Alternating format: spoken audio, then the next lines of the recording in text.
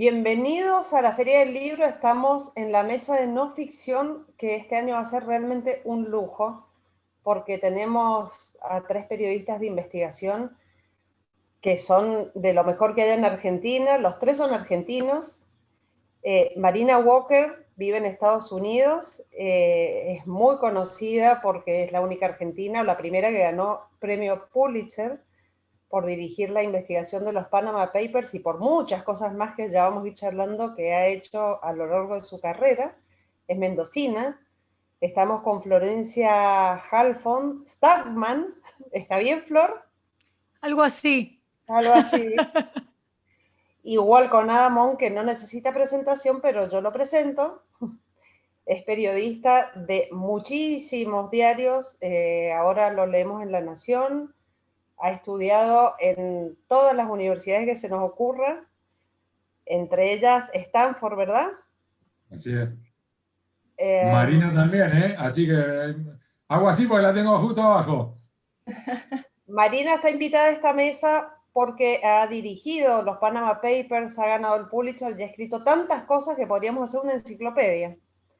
Mientras que Florencia y Hugo Alconadamón están presentando sus libros que están muy buenos, se han tomado el tiempo para ir más allá de los clics, más allá de lo que nos ordena el periodismo ahora, los periodistas lo sabemos, las tendencias de Google, lo que trae pauta, Kim Kardashian, Wanda Nara. Gracias a Dios tenemos gente que hace que el periodismo sobreviva, el periodismo va mutando pero sobrevive, las investigaciones siguen adelante y se han tomado el tiempo de hacer 2 libros maravillosos, uno de investigación de hechos muy tristes de nuestra historia reciente, que tienen en común, si se quiere, Florencia, o se preguntan si la corrupción es lo que los ha terminado desencadenando.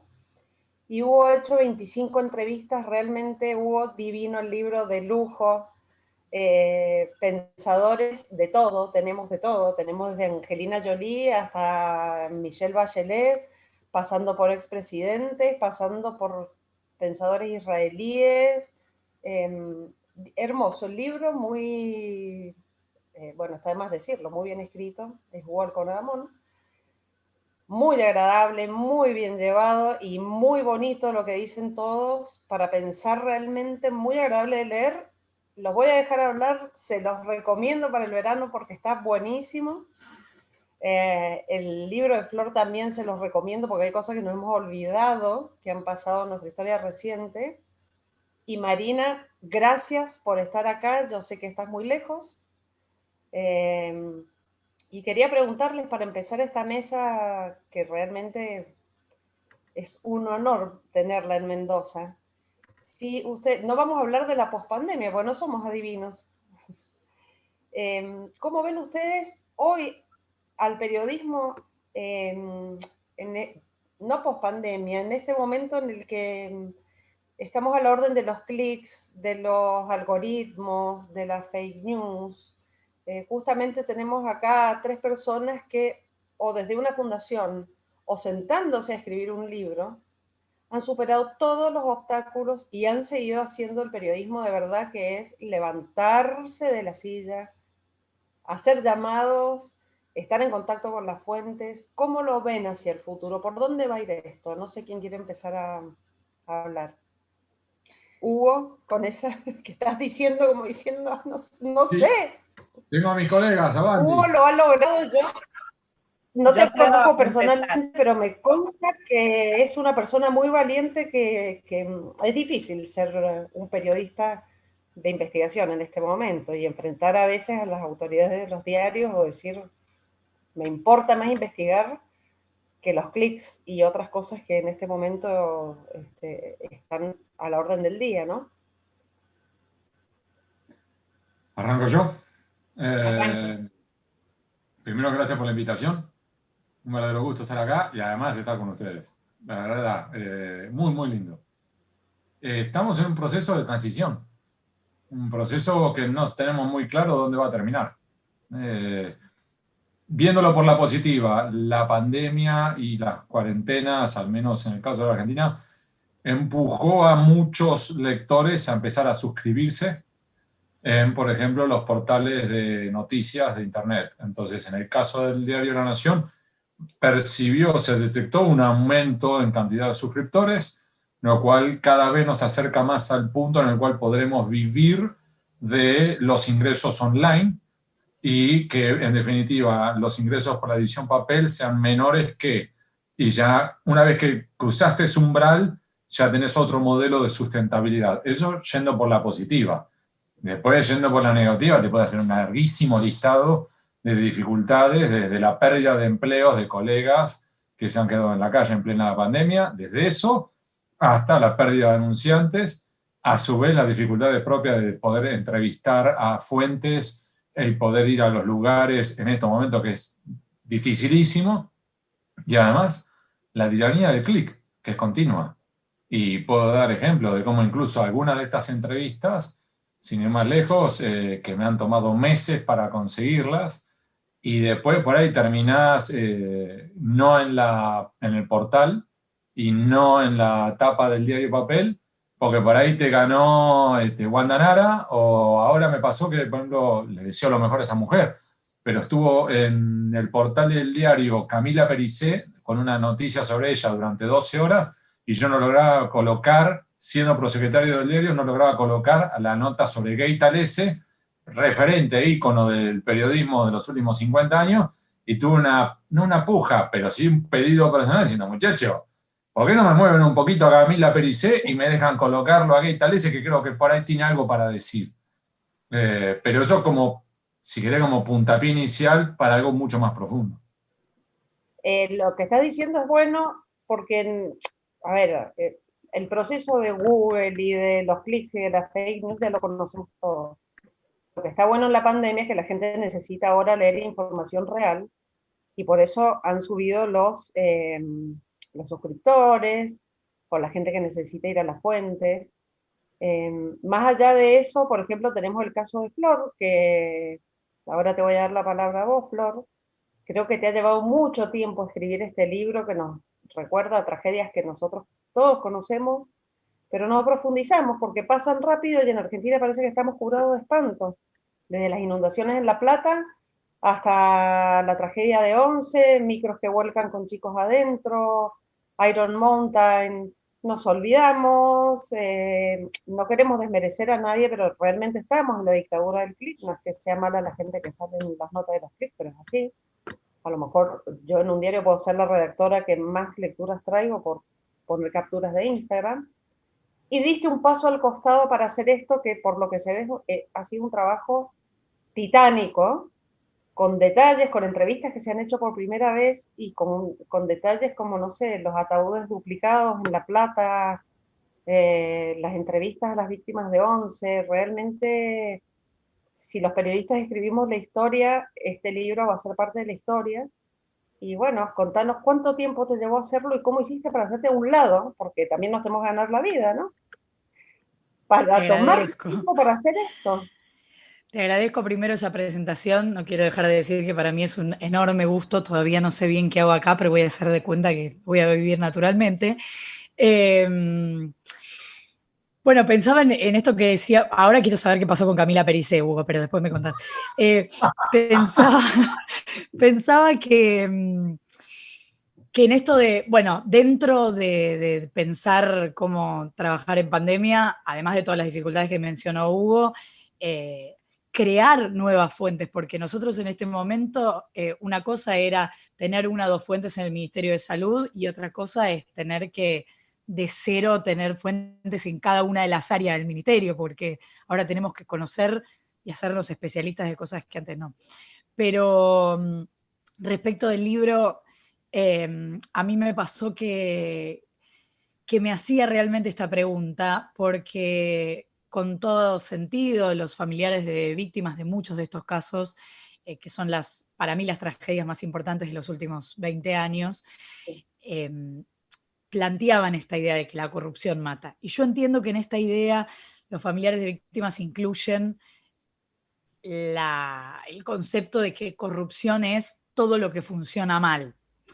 Pero como en general entendemos por corrupción que alguien se llevó dinero de un lugar y no lo puso en otro, entonces me parecía importante puntualizar y ver si efectivamente estábamos hablando de corrupción y cuáles son todas esas cosas que funcionan mal, porque es muy difícil desenquistar la corrupción. Ahora, si nosotros sacáramos a ese alguien que se lleva dinero, ¿solucionaríamos el problema? Y lamentablemente no.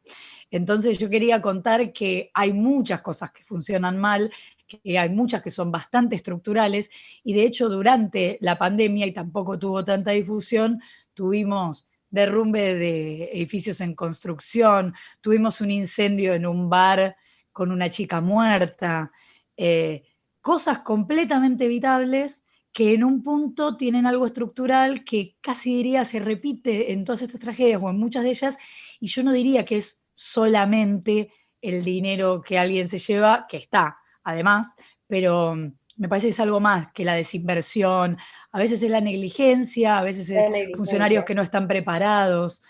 Me interesaba contar eso, que sí, no tiene mucho clic, pero Sí. era lo que me interesaba Es un contar. libro que yo espero y creo que le va a ir muy bien, porque no se va a manejar por clics, porque los Ojalá. detalles y los vericuetos que cuenta de muchas de las cosas que nos pasaron son realmente muy interesantes y a veces en las noticias diarias no tenemos tiempo de contarlas.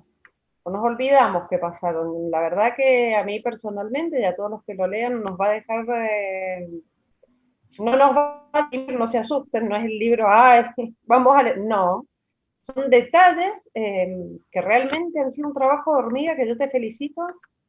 Y hablando de Gracias. trabajo de hormiga, vamos a hablar con Marina, que está en Estados Unidos, que se supone que es la cuna de la libertad de expresión. Y ella llevó adelante una investigación mayúscula, además de tantas otras cosas que ha hecho, porque pobre Marina, van a pasar 50 años y te van a seguir hablando de los Panama Papers, y vos ya te has especializado en Big Data en Stanford, ya estás haciendo cosas muy copadas, pero bueno, es inevitable caer en esto, en cómo desde una fundación, también corriéndote al costado, hiciste este trabajo tan minucioso en el que también estuvo Hugo Alconada-Amón en tu equipo, para un hecho de corrupción que involucró al mundo entero. Pero ¿es realmente la cuna de la libertad de expresión en Estados Unidos? ¿Se puede trabajar o está pasando lo mismo que sentimos en Argentina, que se hace un poquito difícil esquivar la dictadura del clic? Bueno, primero que nada, muchísimas gracias. Estoy súper honrada de estar en este panel hoy con mis colegas y amigos. Estados Unidos, por supuesto que ha hecho mucho por el periodismo mundial global, pero Estados Unidos también está sufriendo todas las mismas crisis que estamos sufriendo en el resto del mundo. En Estados Unidos hay centenas, si no miles, de pueblos y ciudades que se han quedado sin medios de comunicación, se llaman desiertos mediáticos, a donde no hay fuentes confiables, no existen más. Cerró el diario, cerró la radio pública, quizás queda una radio privada con intereses partidarios. La situación es realmente desoladora. Y si a eso se suma, por supuesto, las redes de desinformación que están avaladas e impulsadas desde la misma presidencia en muchos casos, el panorama es bastante negro.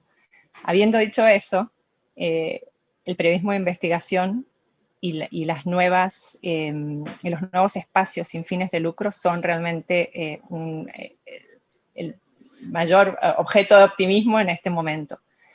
Han abierto espacios, han democratizado el periodismo de investigación en el sentido de que han dado lugar a que generaciones jóvenes que manejan la tecnología, que manejan el análisis de datos, puedan tener un rol en el periodismo de investigación que no lo tenían hace 20 o 25 años, cuando la mayoría de los periodistas de investigación, y no sé si así era también en Argentina, eran señores de 50 años con buen acceso a fuentes. Señores de 50 años, por favor. Hoy en día las generaciones jóvenes, mucho más diversas, mucho más ágiles, de nuevo, con los datos, con la tecnología, juegan un rol fundamental por fuera muchas veces de los medios tradicionales en el periodismo de investigación. Y son esas redes de las cuales el consorcio internacional, del cual yo he sido parte, es una de esas redes, son las que están cambiando el mundo, una historia a la vez, una colaboración a la vez. Y esto de la colaboración, lo que le quiero contar a la gente es que es un cambio de paradigma fundamental en el periodismo, porque no está en nuestro ADN el compartir las primicias. ¿No? No está en nuestro ADN llamar a la competencia o llamar a un colega en otro país y pedirle que trabajemos juntos, compartir un documento, o pensar que la perspectiva del otro y que el acceso del otro puede hacer mi historia mejor, que en definitiva podemos servir mejor al público si en vez de agazaparnos la historia la compartimos. Entonces creo que ese cambio, esa solidaridad radical que estamos viendo entre periodistas, ya sea dentro de una misma ciudad o de un país o a nivel global, es una de las principales razones que tenemos para tener optimismo y para pensar que desde estos espacios es desde donde se está innovando y desde donde todavía se puede cambiar el mundo, como a lo mejor lo hizo los Panama Papers y tantas otras investigaciones que estamos viendo. Sí, dicho esto, yo recuerdo, yo soy muy mayor, recuerdo que en los 90 criticábamos a colegas de otros medios, competíamos, como decimos Marina, y ahora ya lo que nos da un poquito de aire fresco es que hay mucha más solidaridad entre todos, se sabe comprender que cada uno está donde puede. El que está en Clarín no es un gorila y el que está en Página 12 es un muerto de hambre y la que está en una fundación. En eso estamos perfectos y ¿qué tenemos que hacer? En vez de luchar contra lo que se viene, tratar de usarlo. Por eso vos estás con todo este tema de los datos y de cómo usarlos a nuestro favor. ¿Ustedes creen que esto va a cumplir un rol fundamental, si no primordial, después de la pandemia? Saber, porque Internet es un océano, convengamos en un océano que está fuera de control, que por más organismos que pongan de control y de vigilancia es inmanejable. Y bueno, el periodismo tendrá que aprender a lidiar con eso, luchamos contra eso, ¿qué hacemos? ¿Cuál es la postura de cada uno?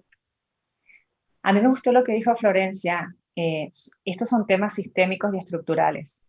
Estos son temas que no se pueden abarcar con las herramientas tradicionales que utilizamos. Tenemos que cambiar la mentalidad.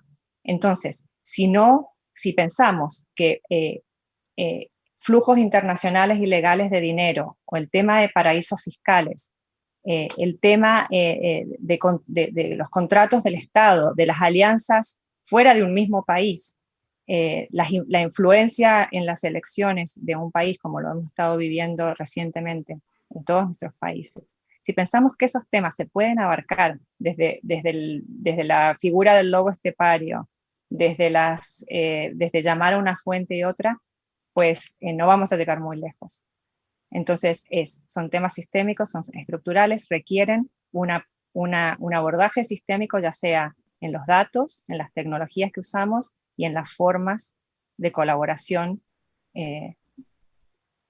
periodística, como las que hemos estado. Que vos la lograste, ustedes la lograron llevar adelante, porque también fue parte del equipo de lujo, que tuvo más de 300 periodistas, y bueno, fue una cosa muy grande y hasta se hicieron películas en Netflix con eso, Marina, sobre el lavado de dinero. Y dicho esto, ¿qué sensación te quedó, Hugo, de toda la gente que entrevistaste, que realmente son pensadores? Hasta les digo que el libro vale la pena porque hasta te recomiendan series y películas que yo no había visto y libros que no conocía. Se nos ha quedado. Dicho esto, Hugo, ¿cómo ves el panorama en base a lo que te dijo tanta gente tan preparada y tan inteligente? Porque Déjame, primero te pido un minuto añadir a lo que dice Marina y a lo que dice Flor. Que además yo tuve el lujo de trabajar con las dos, así que estoy en el mejor de los mundos. Que yo creo en la combinación. ¿Qué quiere decir eso?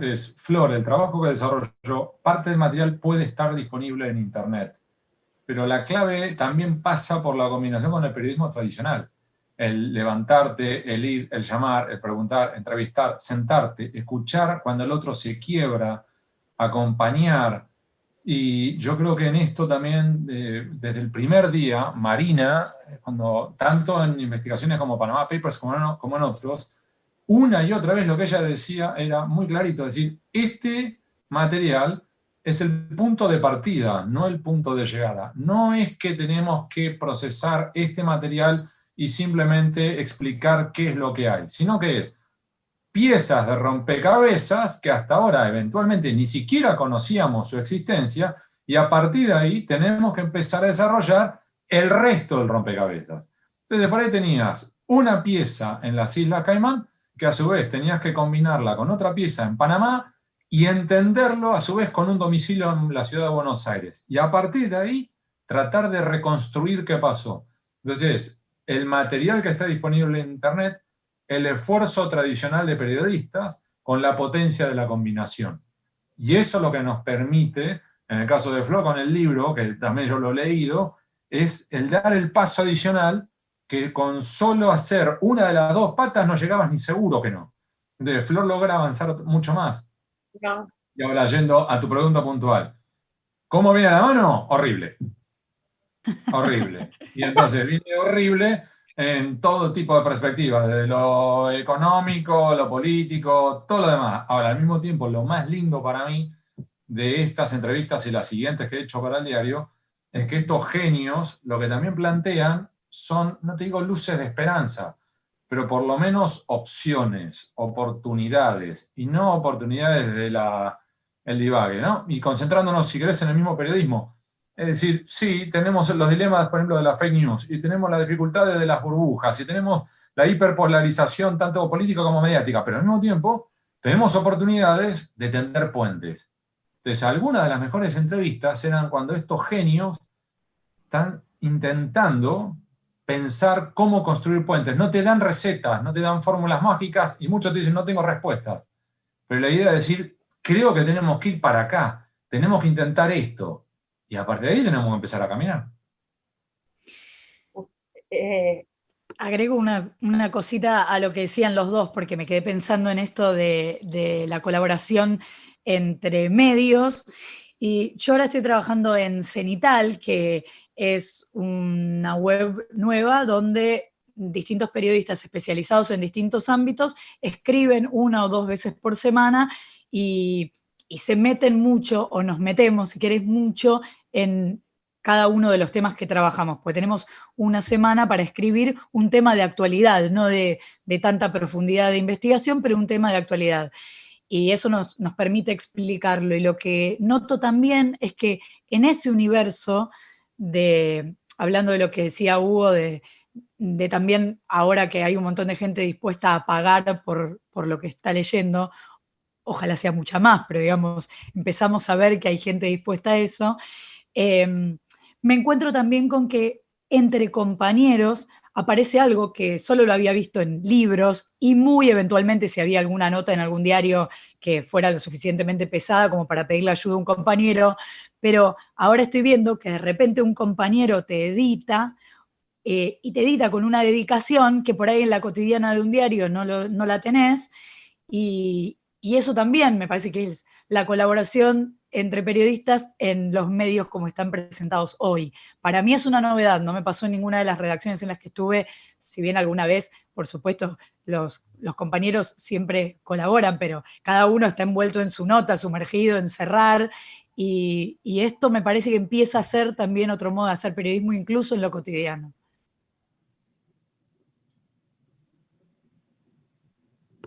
Sí, hay una tendencia también, por suerte, dentro de todo el panorama, que no sabemos si esto es la segunda guerra, la tercera guerra mundial Z, no sabemos en qué va a terminar esto. Hay una tendencia también de Google de tender a los contenidos, digamos, con más profundidad. Veremos en qué termina esto. Lo que no sabemos en cómo va a terminar es lo que dice Marina de pueblos que no tienen medios, que supongo que se informan vía WhatsApp, lo cual es tremendo, porque acá, por lo menos en Argentina, los que están muy enganchados con eso son gente mayor que se asusta muchísimo y a la que le llegan cosas absolutamente eh, deprimentes, por gente, y mentirosas. ¿Cómo ves esto bueno, Estados Unidos es como que en muchas cosas, no quiero ser imperialista, pero marca el norte. Yo misma tuve una beca que me dio Estados Unidos por una fundación que avala la libertad de expresión, así que más allá de lo que podemos decir de ese país, sigue marcando un poco el ritmo. ¿Y cómo lo ves, Marina? ¿Cómo puede esto revertirse? Bueno, nos acabamos de enterar hace un par de semanas a través del New York Times que en muchos de estos desiertos mediáticos de los que hablábamos antes, en realidad están siendo copados ahora y están siendo copados por nuevos websites que son en realidad operaciones políticas.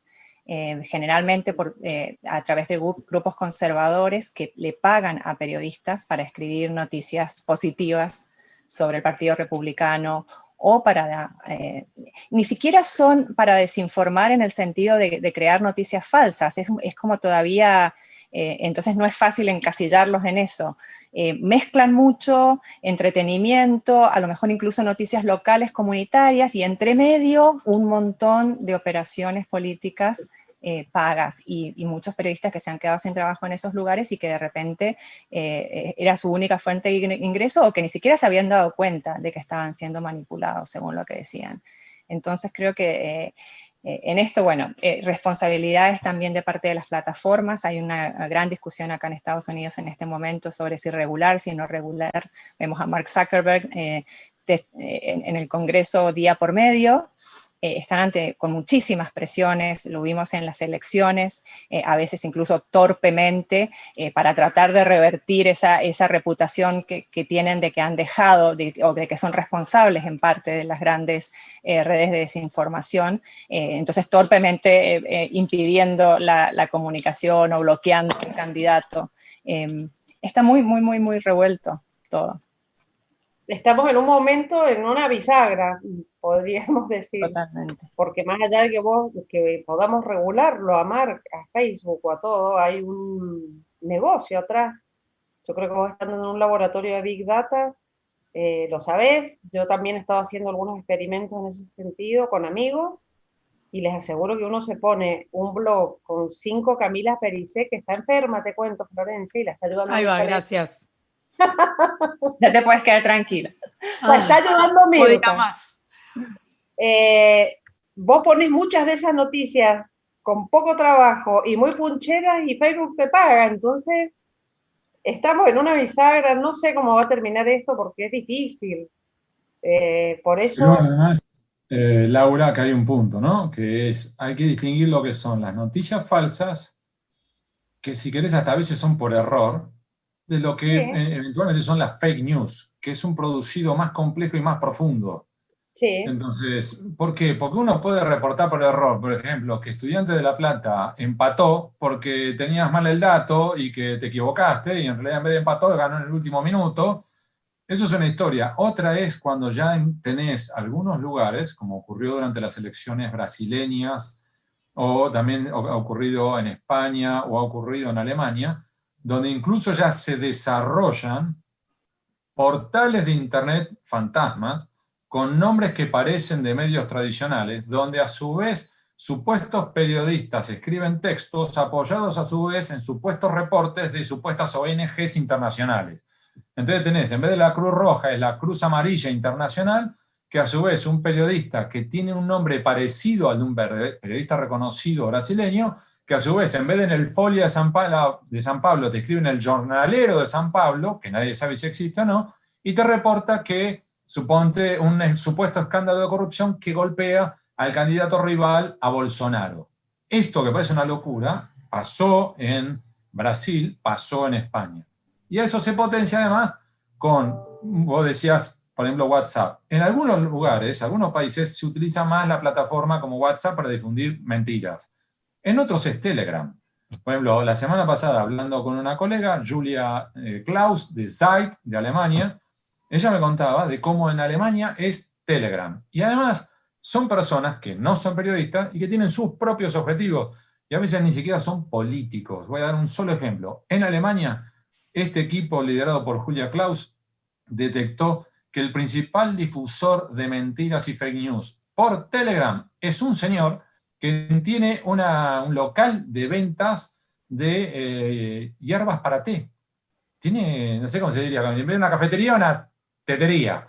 Y lo que hace es tira hasta 800 mensajes diarios de fake news, versiones conspirativas y demás, y convirtió su Telegram en la gran plataforma digital para la difusión de toda la fruta y verdura que existe en Alemania. Ahora bien, lo que él hace es, cada 5 mensajes, mete un comentario respecto de su local de té. Por ejemplo, si querés tal cosa, venite acá. Oferta, no sé cuánto. Entonces, a esa persona le importa nada las noticias, le importa nada la fake news, la versión conspirativa de nada. A él le ha servido como una forma de publicitar su minúsculo local de té en Berlín. Entonces, esta es una de las dificultades con las cuales lidiamos hoy.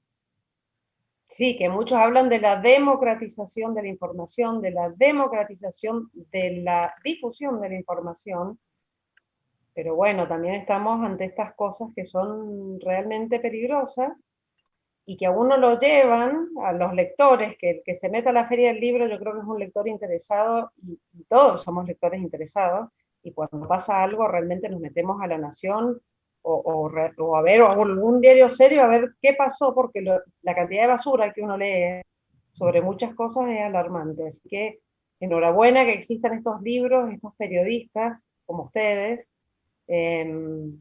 Yo sé que ninguno de los tres puede saber cuál es el futuro y sé que los tres van a seguir en eje. Es muy difícil mantenerse en eje, esto se lo digo a la gente, cuando el trabajo escasea y cuando los medios no la tienen fácil. Yo acá no voy a defender a los medios, pero vos sabés, Hugo, que un medio como La Nación o que un medio como Los Andes de Mendoza no la tienen fácil porque tienen estructuras de redacciones de periodistas profesionales que hay que mantener, edificios que hay que mantener, y compite con el señor que vende té, que le cuesta cero y que a lo mejor la gente se engancha más con eso.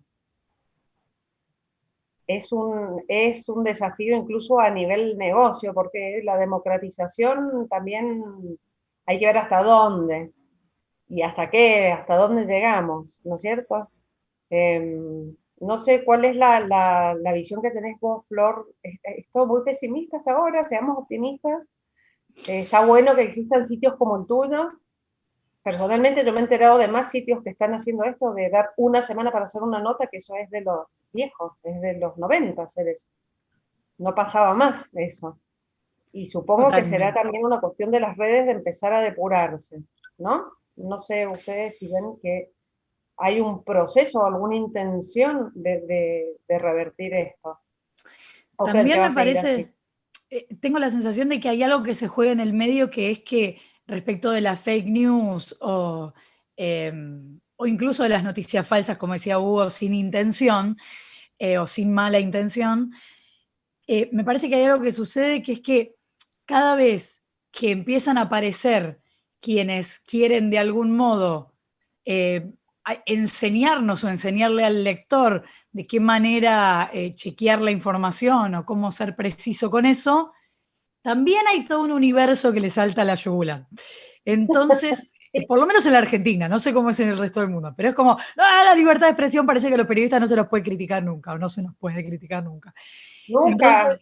es cierto que tenemos también toda una historia respecto de cómo se cercenó la libertad de expresión, y por supuesto que hay que cuidarlo, pero me parece que a veces abusamos un poco de eso para que haya ciertas cosas que permanezcan así, y entonces se hace un poco más difícil, me parece, el armado en general. Y otra cosa que pensaba es que, pero esto, no sé, debe tener una vuelta más. A mí se me ocurre algo muy sencillo, muy elemental, pero vengo en las últimas semanas pensando, ¿por qué, por ejemplo, hay movilizaciones en todo el mundo de gente que antes, en esta pandemia, no pudo juntarse a ir planeando aquella movilización, como venía sucediendo hasta acá cuando hay una movilización masiva? Nos vamos juntando, vamos armando, pensamos cómo hacemos para convocar a otra gente. Ahora eso no hace falta porque en encierro y con las redes es medio suficiente. Y lo que pensaba es, al final las redes sirven fundamentalmente para juntar a gente con pensamientos muy extremistas sobre el tema que sea, y encuentran ahí un lugar de reunión, y a veces eso se traduce en la calle. Y entonces pienso que, como dice un documental reciente que vi, al final las redes, ¿qué tienen de bueno? No sé, lo estoy pensando. No sabemos, tienen de bueno que podés encontrar amigos viejos, pero tienen de malo eso, porque nosotros en Argentina, ustedes dos saben muy bien, estamos todo el tiempo hablando de la grieta y quejándonos de la grieta que es única en el mundo, y no es así, porque cuando ha habido manifestaciones que han quemado cosas en Madrid, se pelean entre los partidos políticos a ver quién fue el que las pone, y uno se mete en las redes y realmente se están insultando. Y en Estados Unidos también, es tremendo, tremendo. Están Yo todas no las soy la ventanas invitada de cubiertas. este panel, pero... Te iba a decir que ¿Es en Estados así o Unidos, no? durante las elecciones, todas las ventanas de los negocios cubiertas con madera que nunca lo habíamos visto por el miedo a las demostraciones y a la violencia. Y por ese odio generado, ¿no es cierto? Nosotros que somos periodistas, por ahí nos metemos en Twitter y vamos cambiando el lugar de las tendencias que queremos ver. Creo que lo hacemos todos para chusmear. Y uno se queja de Argentina, pero se mete en Estados Unidos y la gente se maltrata. No se entiende, no dialoga, se insultan, no hay un punto medio de diálogo. Con lo cual, lo positivo que rescato yo personalmente de todo esto es que exista gente como ustedes, que sigue existiendo el periodismo porque nadie les paga, no está Marina viviendo en una mansión, ni Hugo con un yate, ni Florencia mejor que antes por hacer esto. No, yo sí, yo les quería contar que me estoy mudando a una mansión, sí. ¡Invitanos! Creo que Hugo quería decir algo, estaba levantando la mano, y después ya. Y que uno de los factores interesantes también en esto, y vos, Flor, sos mucho más chica, bueno, las tres son más chicas que yo, vamos a dejarlo. No, yo soy muy vieja, Hugo. Empecé con Remington.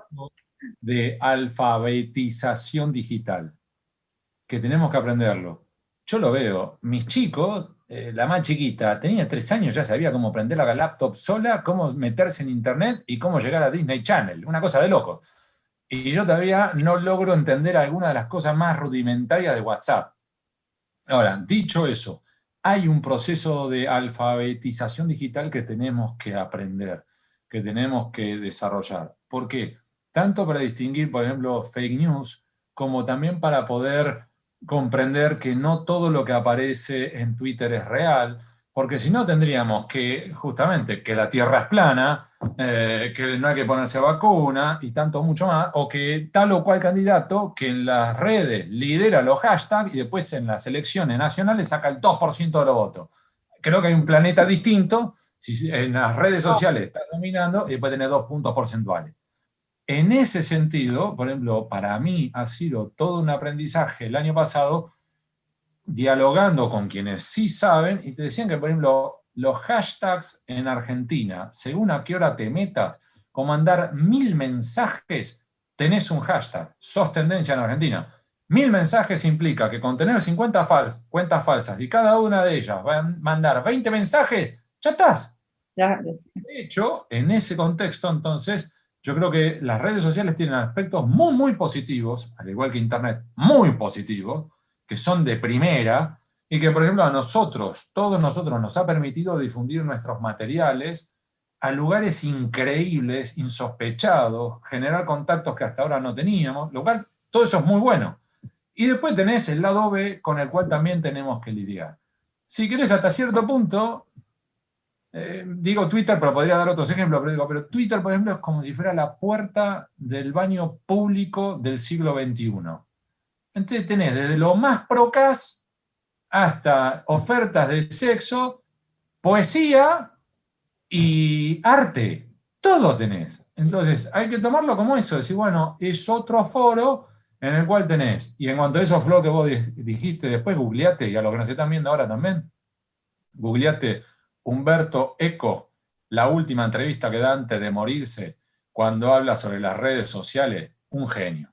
Que él hablaba en esencia de, sobre redes sociales, la conjura de los idiotas. Perdón, pero es así. El que lo decía era él. Y él decía, antes vos tenías un idiota por bar, que te venía con estupideces, por ejemplo, que aterrizaron los marcianos al lado del obelisco. Convencido, y vos lo mirabas, hacías sí, como diciendo, seguí tomando tu copa de vino y seguías charlando con tus amigos. Ahora ese señor se combina por ejemplo, una red social con el otro loco que en otro bar de otro pueblo piensa exactamente lo mismo. Con que vos tengas un loco por localidad de la Argentina, tenés mínimo 40.000 locos. Con 40.000 locos tenés tendencias para hacer hashtags en Argentina, pero para... Y que estén todos convencidos de que aterrizaron los marcianos al lado del obelisco. Esa es una dificultad que, y vuelvo al punto de inicio de comentario, que tenemos que aprender a alfabetizarnos para distinguir lo que son los locos de lo que es la información. Y creo que también en eso cabe hacer un autoexamen de nuestra práctica periodística. Hay muchas cosas que no podemos controlar. No vamos a ser nosotros los que decidamos si se regula Facebook o Twitter o no, o si vamos a parar al señor de la tetería en España. Pero, ¿qué estamos haciendo nosotros? Cuando los periodistas somos los que caemos en el medio de estas mismas prácticas, las divulgamos, las multiplicamos. Entonces, al interior de nuestra redacción, en la forma en que estamos cubriendo la pandemia en este momento, ¿estamos realmente prestando el tipo de servicio que le sirve a la gente? Los sistemas de chequeo en nuestros medios están a la altura de las circunstancias del momento que estamos viviendo. La transparencia de los métodos, cuando decimos que investigamos, le contamos a la gente de dónde vienen esos documentos, le mostramos cómo analizamos la data, de dónde sacamos esa data que en realidad es pública, señora, no me la pasó ninguna persona de forma ilegal, y le hicimos este análisis y le voy a contar paso por paso cómo llegamos a esta conclusión de que todos esos contratos eran truchos. Eso también implica una relación diferente con el lector que no se, como dicen en Estados Unidos, no se toma for granted, que no se toma como natural, como tenemos una relación vertical, ahí estás vos y acá estoy yo, sino una relación mucho más horizontal con el lector, que es algo también muy distinto y no tan parte del ADN natural del periodista, que se ha sentido muchas veces muy seguro en su privilegio y en su pedestal. Entonces, para mí, este autoexamen es una de las maneras, cuando vos preguntabas, Laura, ¿cuál es la solución? ¿Cómo salimos adelante? Porque nos lleva a revisar nuestras prácticas y ojalá a mejorarlas. Yo me imagino un arqueólogo en el futuro tratando de reconstruir nuestra historia con la cantidad de material que estamos produciendo, en el que tenemos buenos materiales y tenemos, a mí hay una cosa en los medios ahora que me choca muchísimo, que es, así fue el femicidio de no sé quién, o miré el momento en el que cuchillan a no sé cuánto, que es tremendo mostrar la violencia en vivo, y yo sé que hay colegas que están en los medios y no, lo pueden repensar, lo pueden decir, pero bueno, lo tienen que poner. Lo que me genera optimismo, repito, es que haya gente como ustedes, que por algo son lo que son, por algo están hoy aquí, y por algo están escribiendo materiales, lo de los Panama Papers, el Pulitzer, los libros que ustedes hacen, creo que van a ser la única herramienta que van a tener en el futuro los historiadores para saber realmente qué pasó, porque si se meten a ver qué pasaba en Google y en Twitter y en Instagram, no van a poder escribir nada, va a ser una gran confusión. Se nos está terminando el tiempo, a mí me da mucha pena porque es un lujo, me parece, no sé, les quiero agradecer de nuevo en nombre de todos, en nombre de los mendocinos, y recomendarles a todos los argentinos, a todo el mundo que pueda, leer los libros. Si no los pueden comprar, a ver si me dicen que sí, se puede comprar un ebook, se lo pueden comprar en el ebook también, ahora que estamos en pandemia y hay gente que no sale, y seguir las grandes firmas, que eso también está bueno. Yo creo que la gente, a vos, Hugo, te siguen, gracias a Dios te siguen, te has construido un prestigio muy interesante y respaldado. Marina, ni que hablar, porque sos muy humilde, pero la fama que tenés acá, sobre todo en Mendoza, en cualquier momento va a haber una estatua. Y Florencia, que estás en ese lujo de poder hacer una nota por semana después de este libro, que realmente te felicito, porque hay que hacer, son muchas notas en un libro y muy complejas las notas. Y no sé si quieren agregar algo, nos tenemos que ir. Y gracias, yo solamente les puedo decir gracias. Gracias por lo que hacen y gracias por estar. Yo sumo gracias también a a ustedes por la convocatoria y a ustedes de los que siempre aprendo, todo lo que tengo para decir. Muchas gracias, un honor. Yo quiero también agradecer, pero también a los tres, a Laura, a Florencia y a Hugo. Si hay algo que los distingue, es la independencia radical de todo tipo de poder que siempre han demostrado en su ejercicio de periodismo. Independencia de todo poder político, de todo poder económico y de todo poder mediático. Y en eso es en lo que se basa la credibilidad que tienen. Así que bueno, gracias por eso. Ay, Marina, dicho por vos para llorar. Gracias. Hugo. Y simplemente también para agradecer, ha sido Flor, Laura y Marina, jefa. Un placer haber compartido con ustedes. Y también, sí, cerrar con una cuota de esperanza. Porque sí, son tiempos bravos, son tiempos complicados, no sabemos dónde vamos a estar de aquí a 6 meses, pero al mismo tiempo estos espacios también ofrecen oportunidades y las nuevas tecnologías también. Entonces quizás nos volvamos a reencontrar de aquí a un año en un ecosistema de medios totalmente distinto y hasta por ahí trabajando los 4 juntos. Nunca lo sabemos. Bye. La verdad que estas oportunidades se dan. Antes de cerrar, hemos hablado muchísimo, les quiero decir cómo se llaman los libros. El de Hugo se llama Pausa, porque realmente nos invita a tranquilizarnos un poquito, a sentarnos a leer, y realmente es delicioso. La gente que habla tiene mucho para decir y él escribe muy bien. Hugo es un libro muy agradable. A veces los libros de periodismo, de investigación, son más duros. Es precioso, el libro realmente te felicito y le recomiendo a la gente que se lo compren, porque además has tenido la cualidad de convocar a gente como Angelina Jolie y no preguntarle por los 6 hijos y el divorcio millonario de Brad Pitt, sino su lado humanitario, que realmente es para sacarse el sombrero. Qué mujer, qué cosas que dice y qué cosas nos revela sobre los desplazados y sobre la falta de escolarización de un montón de niños. Y nada, van a ver otra cara de muchos personajes que conocemos todos. Y el de Florencia se pregunta, ¿la corrupción mata? Y también se los recomiendo que lo muestre, porque los casos ya los conocemos, no se van a poner mal porque ya pasaron, pero sí vamos a conocer detalles que incluso son bizarros de esta Argentina. Porque como dice ella, a veces no es porque vino un poderoso a querer robarse plata, a veces la inoperancia, el olvido, la duplicación de cadáveres, contar mal quién se murió, hacer mal la revisión de un micro, que la ruta esté agujereada porque nadie sabe por qué, y está muy bueno Florencia. Y Marina, ni qué decirte, sos una enciclopedia, no tenemos libro para recomendar porque ella es humilde, ella ha escrito montañas de cosas excelentes, algún día espero que alguien las edite en tu nombre, porque sos una persona muy humilde. Y nada, fue un placer verlos, chicos. Gracias a todos. Nos vemos pronto. Nos vemos pronto. Adiós.